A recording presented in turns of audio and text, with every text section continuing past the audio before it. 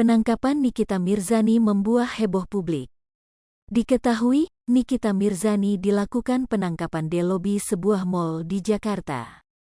Polisi mengatakan penangkapan itu dilakukan karena Nikita Mirzani dianggap tidak kooperatif.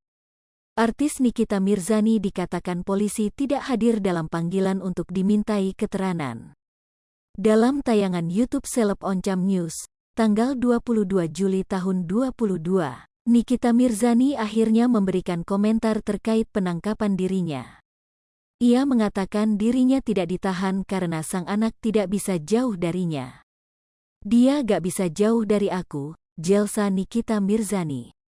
Dirinya mengatakan anak-anak sempat syok dengan adanya penjemputan paksa. Karena dia tidak pernah begitu, tapi masih bisa diatasi, ungkapnya. Ia menampik bahwa dirinya dibebaskan karena anak. Kuasa hukum Nikita Mirzani mengucapkan terima kasih kepada kepolisian yang telah memberikan hak Nikita Mirzani untuk berkumpul dengan anak-anaknya. Nikita Mirzani beberapa waktu lalu dijemput dan ditangkap paksa oleh pihak kepolisian. Penjemputan Nikita Mirzani pun langsung menghebohkan.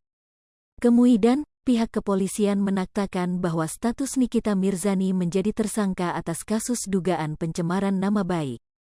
Dalam tayangan YouTube Kiai Haji Infotainment, tanggal 22 Juli tahun 2022, Kombes Pol Sinto S. memberikan update terkait kasus yang menjerat Nikita Mirzani. Ia mengatakan Nikita Mirzani tidak dilakukan penahanan. Dengan pertimbangan kemanusiaan, karena Nikita Mirzani harus mendampingi anak-anaknya, ungkapnya. Untuk itu, malam tadi Nikita Mirzani diperbolehkan pulang. Namun, Nikita harus wajib lapor, ungkapnya. Walaupun Nikita Mirzani diizinkan pulang, penyidik Polresta Serang Kota tetap akan melanjutkan perkara sampai dengan mendapatkan kepastian hukum.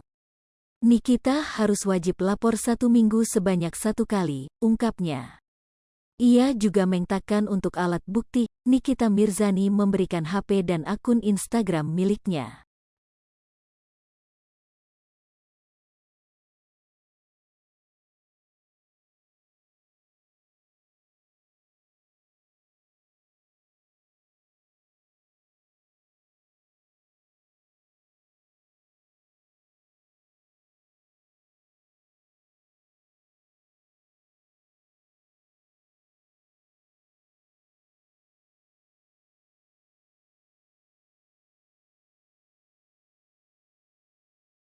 Hai pemirsa Sri Popo TV, jangan lupa komen, like, dan subscribe, serta tonton terus berita-berita terupdate lainnya ya.